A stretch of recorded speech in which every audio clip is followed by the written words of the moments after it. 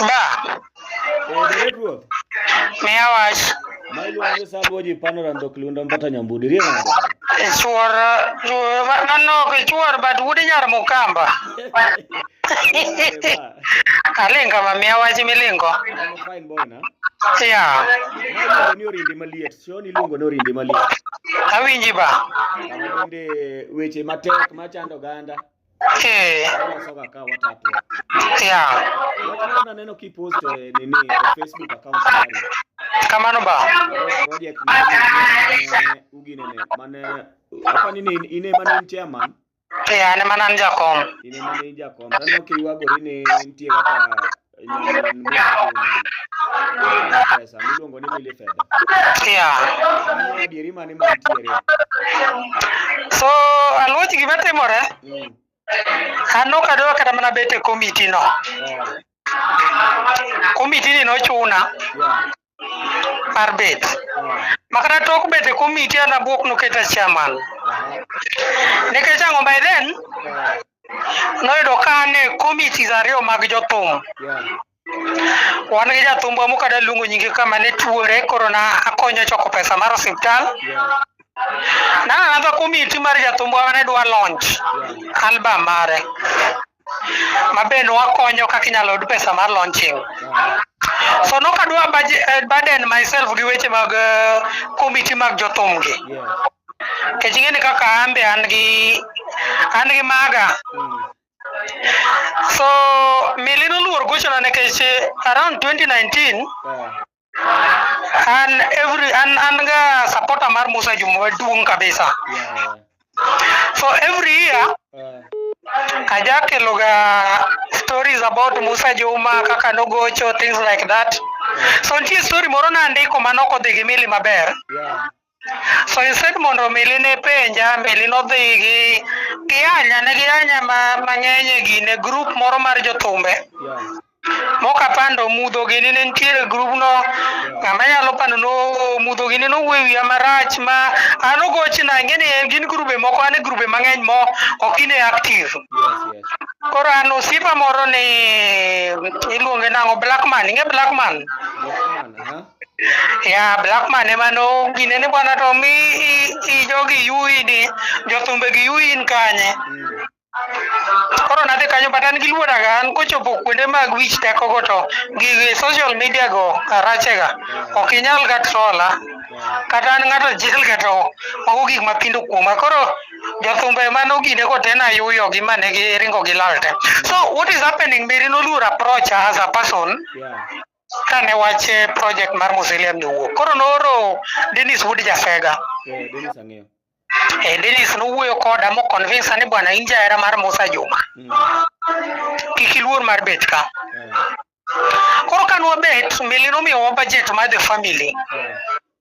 The family had a budget of around 713,000. To an afil pesa ni ne tin. But mili nokonwa ni fundi gisewuoyo go. And mane pesa mane gidwaro. So never bete committee marji, I think we were 6 people. Ne an Meli, Dennis, Kevin Ogola, ne wangi Papa Alphonse, ne wangi Lydia hapa ningeo.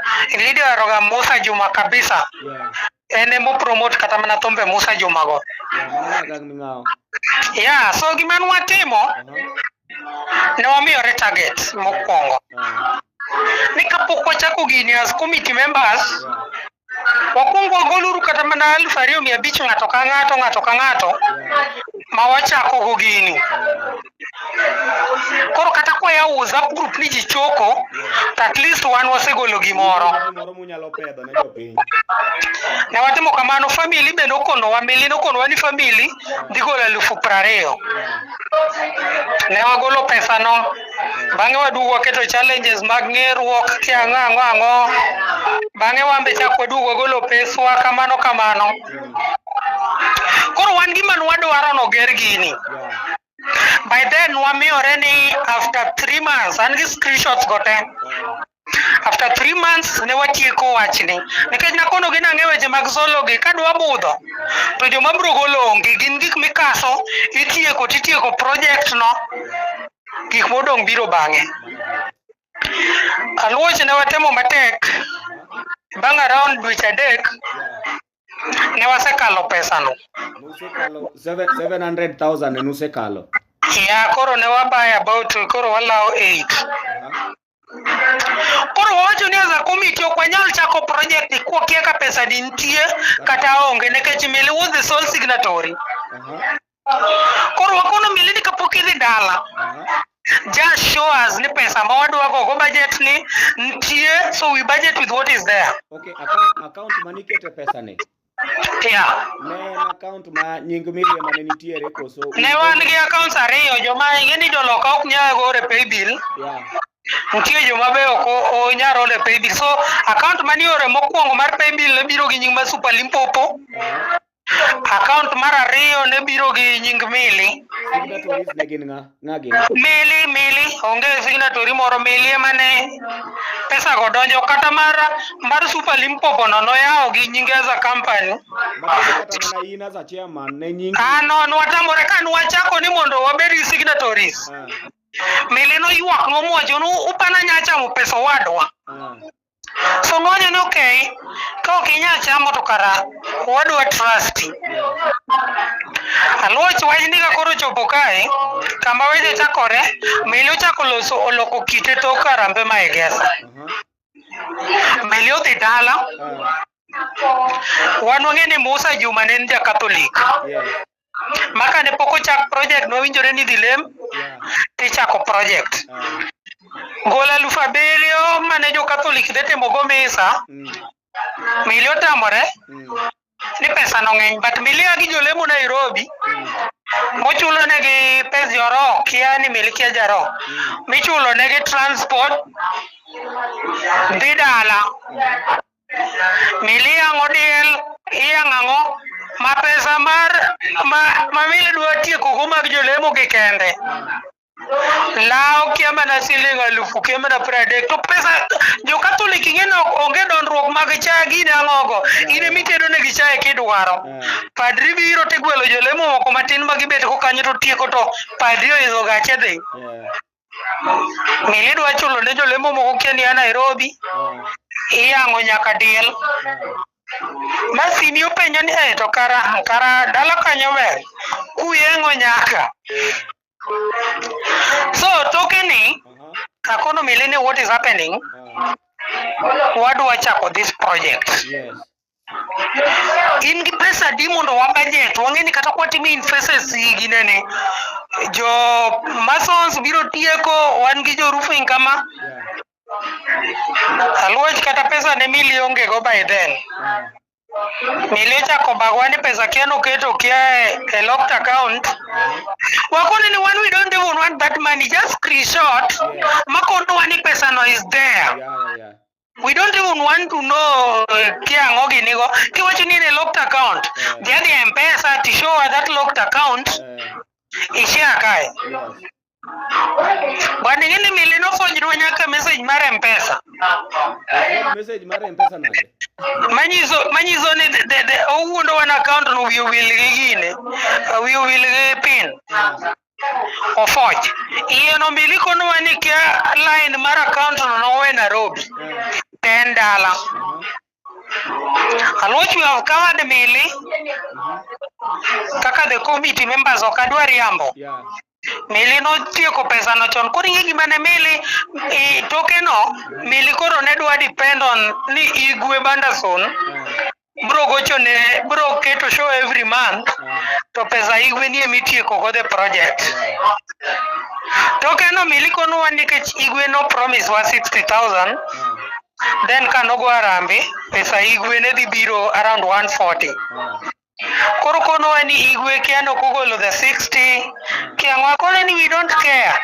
Ka pesa mano gone go Igwe Harambe gi solro no chopo 140 mano pesa mang'eny aluoch kata no kugolo 60 ne cha 140 ka ng'ato osemiyo wa gol 60 no pod nyiso ni Igwe miyo wa 80. A lot of money. Mili chako konwa ni kiango.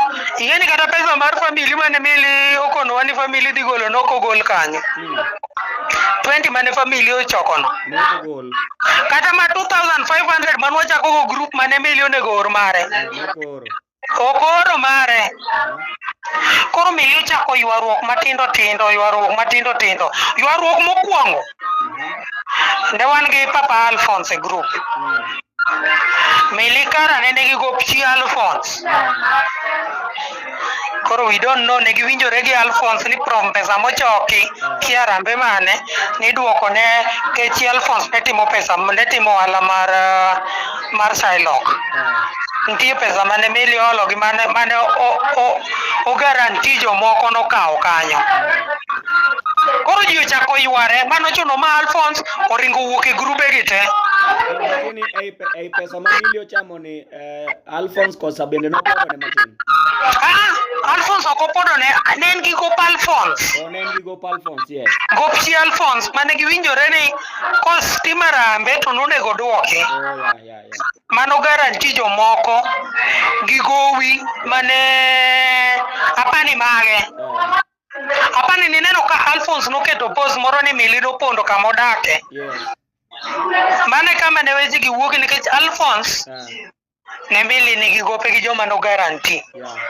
Koro tok oseyudo pesa mili oloko kite. Magi chwanyre gi Alphonse ma Alphonse ne iwang' moweyo group. Alphonse ne onge gi shida moro amora. Alphonse nokochamo pesa. But what was happening en ni mili ne nigi gop chiege mano nego chul from pesa mar arambe ni kaka ne giwinjore. Katemo penje matin. Project nosechakore koso podi. Bana project ni kamugi kena keto pichni go kanyo. Pichni na neno kani keto but sani dweche aboro. Jogo poko gine ni mili wacho ni project no gidelay nikech onego launch project no dwe mar adek higa manyien. Koro gidwa tieko. Aloja, I want to tell you one thing. I've handled so many projects of such nature. Asekonyo ji mang'eny kata joma tuo momoko osiptal, akonyo gi fundraise kitieko kiang'o ginigi. But mae an pok nayudo mianya kosechok pesa. Kanya penjo osiepe mili moko okelo jomoko mane onge kwachoko pesa. Koro nyanya group mar gine no mar mane wachoko go mar WhatsApp no. Ma moro nyanya ni idiot iluonge kia ni David Omondi. But mano tin alwocha ndog nying mar idiot no. Ana rachga alwocha inya chacha ni nena kama. But nya kone. Waburo ne. Okanyal konyo an owuon. Nagola 15,000. Pesa no kata kadhi nyamo go mono motwapa. Kata ka wacho ni pesa natero ne jodala wadwa chulo nego nyathi fees. At nduru secondary ngini mana chulo ne nyathi fees igni ariyo. Koro kitemo lieko. Pesa ma mili ochamo en pesa di. Inyalo ng'iyo kaka ma project no sechope. And pesa manwa choko was over 800,000. To kowe okadwa ketho nying mili, but nitie pesa mang'eny ma ji nokona manochoko mane mili okokete record. There are a lot of money, okadwa kelo scandals. An gi friends mang'eny manogolo pesa, to mili nokoketo gi e list.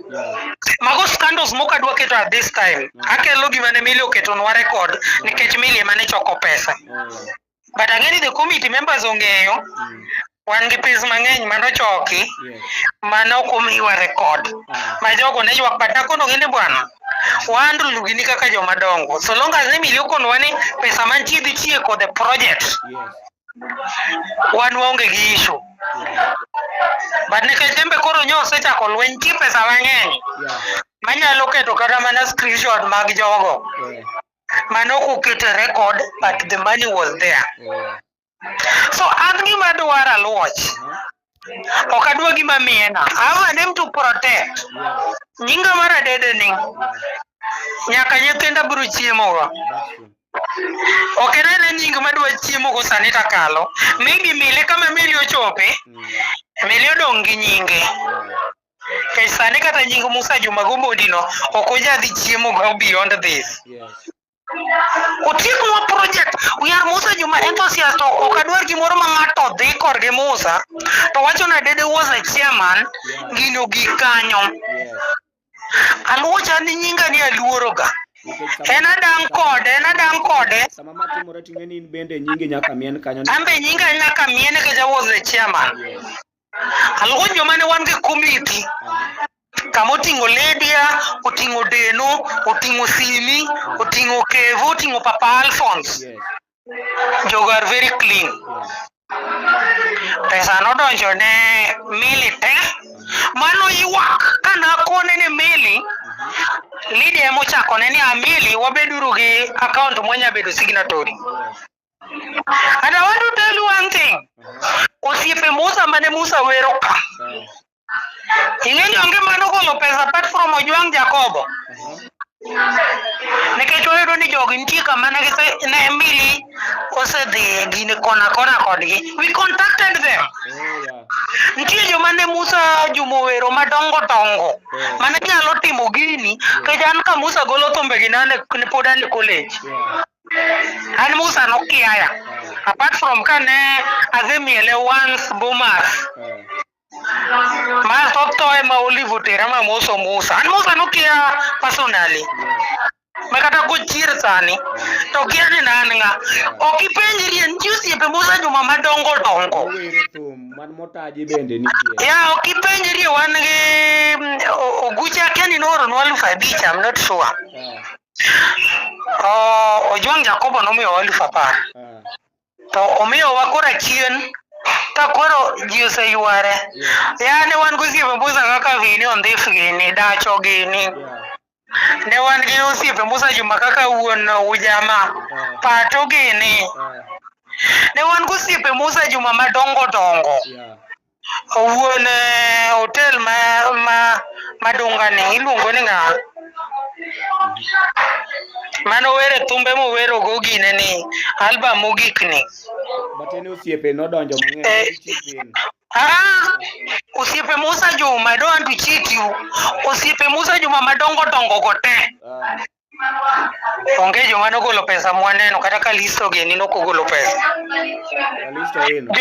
Jogo nokogolo pesa, joma nyakoni gin ji adek mang'eyo. Oguche, I'm not sure, but I think Oguche nomiyo wa 5,000.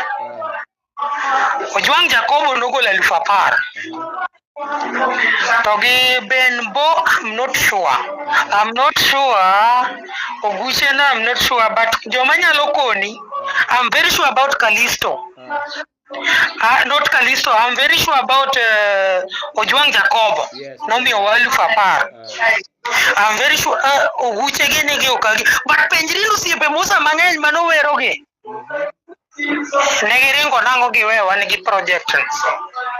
So nwaduogo wapuonjo ni nitie atiya gik mane gine kanyo. But wan mago nok wadwa ng'eyo. Nosiepe Musa Juma madongo gi oringo weyo. Wan gima nodwaro ni kaka osiepe jok mane ohero thumbe Musa gomondi Tonny gini orum. That is late nwa ni sani wapenjo kaka joma ne nitiere committee joma nodine mondo gino timre. Koro iluongowa ni idiot. Iluongowa gi ni idiot gi joma ne onge kwachako gini noringo. Gin Mili okelo gi mana ka pesa osedonjo. Ma gin kata kipenjo gini gigol M-Pesa message ni ne gioro pesa. Ok gibi oro ni. Maybe gin jomoko mane Mili tiyo ga tiyer but gigola ne ananya golo message an pesa ga tema na oro. Kariwo gi pesa mosiepe ga nego na sei ne na 15,000. Manyalo proof. Jok menyo ni idiot go gin kata pesa no gigolo. Sani ng'eni duond fundi mimiyowa opogore gi duond fundi manochako. Chalo magima Mili nigi ng'ate moro moketa keta sama midwa wach fundi no tikone ni in wagocho wach kama ni nionge ni inarok. Kama. Hello, chawad gima wadwaro tin nikech kiny ng'ato nyalo dwara. Kiny jotumbegi nitie minyalo dwar mondo timne fundraising. Aluoch ka reputation mar fundraising mana timo ok odhi kare. onge ng'anya golo pesa. Onge ng'anya golo, yes. Shida nitie, shida pod omakowa, pod wan e entertainment industry ni. Shida dhi wuok mang'eny. But ka man watimo mokwongo cha the integrity is disputed. Ji penjo. Taluocho ka ng'ama biro golo pesa, pod wadwa konyore jowagi, pod shida ji biro yudo. Wan gima wadwaro ni mili ogernwa. Nikech ing'eni kata rishide mane mili miyowa. I don't want to cheat you. Gin rishide mane bedo forged. Wanyiewo kuoyo sani. After 2 weeks, kwadwa nyiewo kuoyo, to bech kuoyo medore gi shilingi 4,000. What is that? Kuoyo lori. Wakawo kuoyo 9,000, kacha kwadhi kuoyo mili miwa receipt ma 13,000. Wakone ni miwanga mauso ni gigi, simiti, beche medore within 1 week. Gima dhi shilingi 200. Sani kaluwore kama project gike. Bende kaka in chairman ni pesa odong' adi to project ni. Bwana okada wuondi okwa peny nikech mili onge pesa. Mili ne depend on pesa mane iwuogo go gine ka. But pesa mar Harambee mili notieko. Mani choko matin gi mili notieko chon. Mano odhi ochako go project en mano choke gesa. But mili notieko pesa no chon. Then mili en ng'at moro ma en gi ing'eni nitiere ng'at moro minya protect. But mili ok inya protect nikech scandals ge ging'eny. Mili scandals ge ging'eny. Okelo ni ng'eni ng'ane be nokochulo. Wakone ni kata ng'ane nokochulo to pesa mane umiyowa budget. Wasegolo moingo kata wuondre ni anakono mili ni sani koro wawuondre ni pesa ma pok ochul is 100,000. Gol 100,000 pesa no. Ni pod wadong' gi 750 to. Gine gidwaro 713. Banan gino aluocha gine moko manono gi okadwa, but nadwa mana golo ng'ato nyalo chani simi kia Lydia kia ng'agini go. I just wanted those committee members mondo ji ong'e ni jogo nokwandu pesa. Wan gope wa mane wa pledge pesa wan wachulo te. The family mane the family o pledge nok gichulo. Pesa duto tene. Kata mili noko chulo pesa ne. Kata mili bana pesa unga account mara mili bwana. Mili unge pesa. This is something we have confirmed. Mili unge pesa. Nekech mondo nomi ofoje M-Pesa account, M-Pesa balance. Kia ngoge nego mondo uwundre go committee members. Manu nyiso ngi pesa. Milion ge pesa. Mondo mi uwundwa kata ni kia wait online kia ng'ang'o gini. Mili is not having money. But late ni wajomo ero Musa, we start such project mabe no kwa manyogi. Ene momanya ana tamora umweya. Makondo gini bwana ane projects mag jotumba dek. Ofisa ma committee member mar Musa ni ng'ato maki anaburo golo mana kako siep Musa. Mili no keta chairman kakia aneno makose golo list. Ni ane jakom. Nana no miya luor kaka no miya koketa chairman otik gino mondo kik nyinga kethre. Leta kana gocho ne mili ka gini kora neno ka kwamo mili kora ne jakom ing'eni weche gi kidhi chako tini ma nyingi de kethore. Awacho ni chamo pesa tani mowacho ni nyinga de kethore. Ing'eni jakom you have a name in gi nying magi ing'eni kakori dhi kelo gine tawacho ni aluo jimbi nya paro gino ng'ato jamo pesa to koni ni kiwacho no jam pesa tini ma nyingi de kethre. Mano gima ne mili okoda. Nenga como watie gini ng'eni in seche midhi golo no in gi nying moenga in ma nyingi dhi kethre. Aluoch ni ane ma nyinga dhi kethre to mili emo chamo pesa. An pesa mana pledge kata mag sei kata kane wan gi challenge WhatsApp tagolo ne ng'ato chi sei siling 300 tagocho ne mili ni mili pesa no iraoro ni kanyo I confirm and kata nagolo ne mana ng'ato sei siling 100 tatieko te. To gino notimore gi jowago te. Jowago gima ne gi pledge ne gigolo te apart from mili. Pesa mane mili ogini nokogolo mama nota nya confirm kan wakone ni miwa budget modong to golo 20 mare mar family no gigolo kia ng'ango ochopo kama ka koro narido ne mili to mili kuna ni chuore onego ole pesa moro 100,000 odhi go dala nikech pesa man wachoko bedo locked Tawacho ni ok inyal lok pesa mar project ndalo mang'eny ni. Kobedo locked kara. Akoni an namiyo nyaka mili fundi. Mili can confirm this.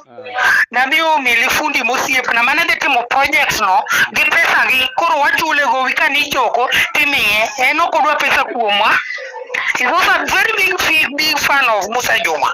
No you know the team on wagino te kosemiyo budget to budget no ka kochoko pesa tibro miye.